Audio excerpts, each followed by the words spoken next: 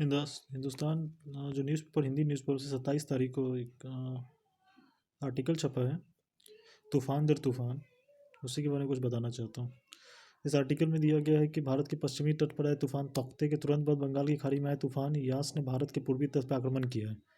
यह गनीमत है कि यास का स्वरूप उतना भयानक नहीं हुआ जितने की आशंका थी, लेकिन अब भी वो बहुत खतरनाक है। पश्चिम बंगाल और उड़ीसा में उसने बड़े पैमाने पर नुकसान पहुंचाया है। हालांकि जान का नुकसान बहुत कम हुआ है। हिंद महासागर में यह तूफान आने के मौसम की शुरुआत है।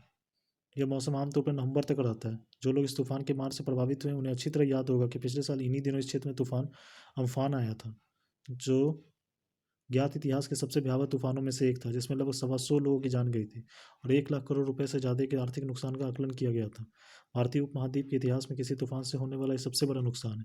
उसके तुरंत बाद पश्चिमी तट पर भयावह तूफान निसर्ग ने आक्रमण किया था। निसर्ग तूफान इसलिए अनोखा था क्योंकि यह साल के उस वक्त में आया था जब पश्चिमी तट पर तूफान बहुत कम आते, लेकिन पिछले साल निसर्ग के बाद इस साल तौकते का आना और भी ज़्यादा अनोखा है।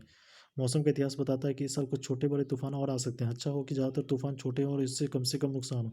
महामारी के दौर में तूफानों का आना ऐसा लगता है जैसे एक बार दूसरी आपदा टूट पड़ी हो।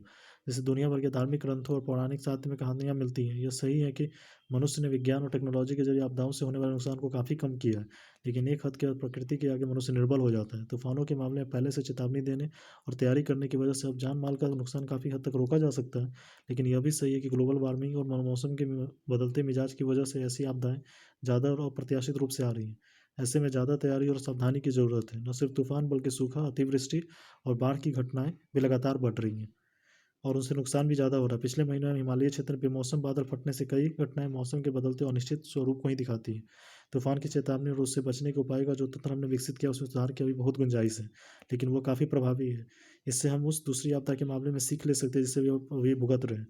कोरोना के कहर से यह सीख लेना जरूरी है कि बीमारियों की रोकथाम और उनसे बचाव के लिए एक मजबूत और कारगर सार्वजनिक स्वास्थ्य तंत्र का होना जरूरी है, जो वक्त रहते खतरे का आकलन कर सके और उसकी रोकथाम के उपाय कर सके। मौसम का मिजाज जैसे बदल रहा है, उससे पैदा होने वाले खतरों का सामना सिर्फ एक प्रभावशाली और कारगर जन कल्याणकारी प्रशासन तंत्र से ही संभव है। तो सिंपल सी बात है कि आप इसको रोक तो सकते नहीं है, आपको इससे बचना ही है। तो बचने का वह है कि इसका जो बचाव का जो तंत्र है उसको मजबूत किया जाए। वही बात है। अब तो जान माल की हानि कम होती है, लेकिन जो प्रॉपर्टी का लॉस है वो तो होगा ही। तो पर वही है कि जो सिस्टम के चेंजेस आए हैं, जैसे हम लोग बचपन में याद है कि उड़ीसा छोटे में उड़ीसा में बहुत भयानक साइक्लोन आया था, तो हम लोग स्कूल में उसके लिए चंदा जमा कर रहे थे। उसमें हमको लगता है लगभग 10,000 से ज़्यादा लोगों की डेथ हो गई होगी शायद उस साइक्लोन में। उड़ीसा का तूफान सब लोग जानते होंगे।